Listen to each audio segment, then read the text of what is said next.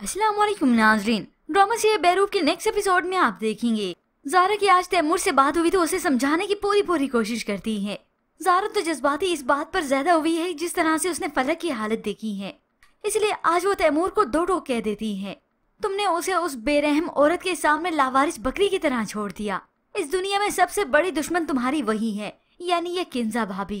तैमूर उसे मुखातिब करके रोकने की कोशिश करता है, मगर आज ज़ारा खामोश नहीं रहती और तुम उसके इशारों पर चलने वाले एक बेबस मोहरा बन चुके हो। शुक्र है मेरी तुमसे शादी नहीं हुई। ये सुनकर तैमूर को अपनी इंसल्ट फील होने लगी, मगर आज ज़ारा ने उसे ये भी सुना दिया कि वो शादी जैसे मुकद्दस रिश्ते की तौहीन कर रहा है, फलक को उसका हक नहीं देता।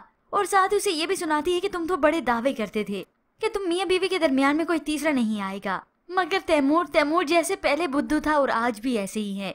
जानबूझकर खुद ही समझने की कोशिश नहीं करता, क्योंकि उसे अपनी चहेती किंजा भाभी पर एतबार जो इतना है। थोड़ी सी किंजा भाभी की हकीकत क्या खुलती है, तैमूर तो अपने आप से ही नजरें चुराने लगता है।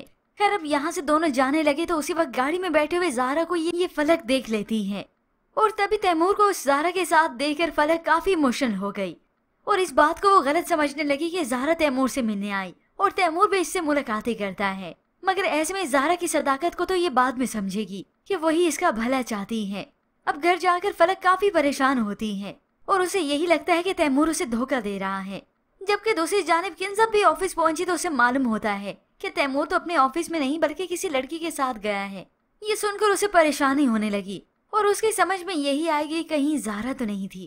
खैर उधर सोने की वालदा भी सुहेल को अपनी बातों में लेती हैं और वो यही चाहती है कि सुहेल उन्हें बहुत भारी रकम दे दे ताकि मैं अपने बेटे जुल्फी की जान छुड़ाऊं और उसे यहाँ पे बुलवा लूं।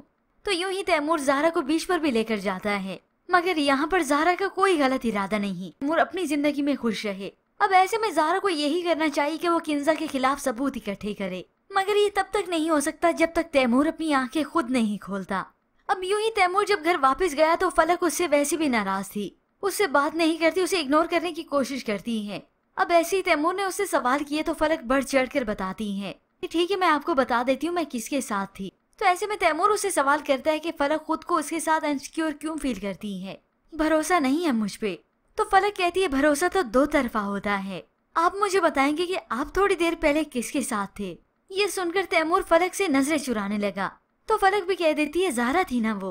होप से यहाँ पर तैमूर फलक को यकीन दिलाई दे, मगर फलक को अंदर ही अंदर से डर तो है और उसे समझ नहीं आती कि वो कौन सा रास्ता अपनाए, तैमूर को छोड़े या उसे अपनाए, क्योंकि तैमूर के साथ किंजा भाभी भी उसकी जुड़ी हुई है जिसकी वजह से फलक की बर्दाश्त खत्म हो रही है।